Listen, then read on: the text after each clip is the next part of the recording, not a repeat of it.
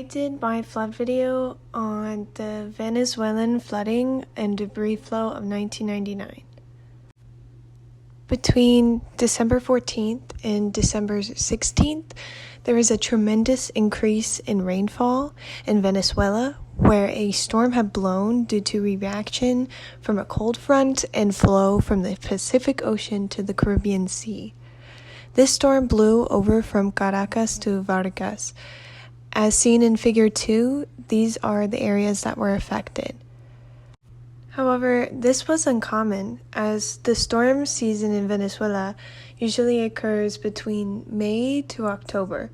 Figure 1 shows the average rainfall in millimeters per day from the December 1st to the 18th.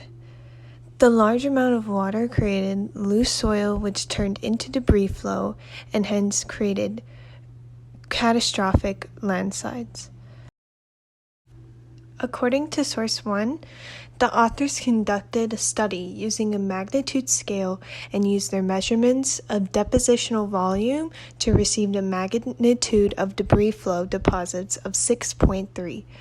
This is recorded as one of the largest debris flow deposits.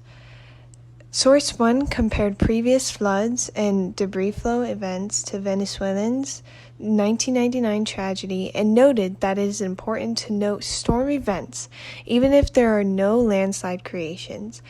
This is because the accumulation of rainfall will increase humidity and moisture in the soil, which can lead to an increase in the frequency of debris flows due to Venezuela's soil structure. It doesn't seem that anthropogenic factors are affecting the frequency, yet there can be some approaches to reduce the amount of impact that the residents face due to Venezuela's geological structure of the Caravalleda fan, where there was most damage from the debris flow.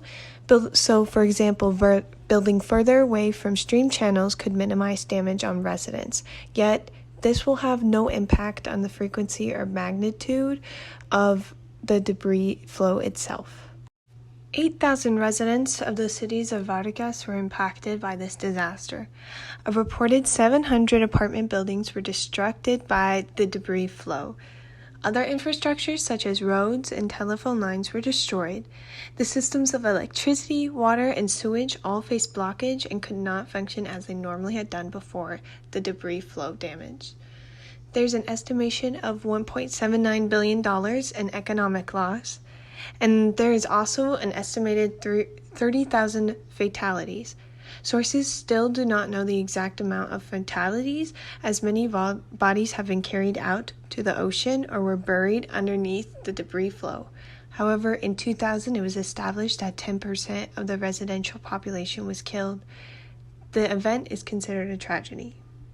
After the disaster of 1999, the Venezuelan government mandated that citizens move from the surrounding areas where landslides occurred.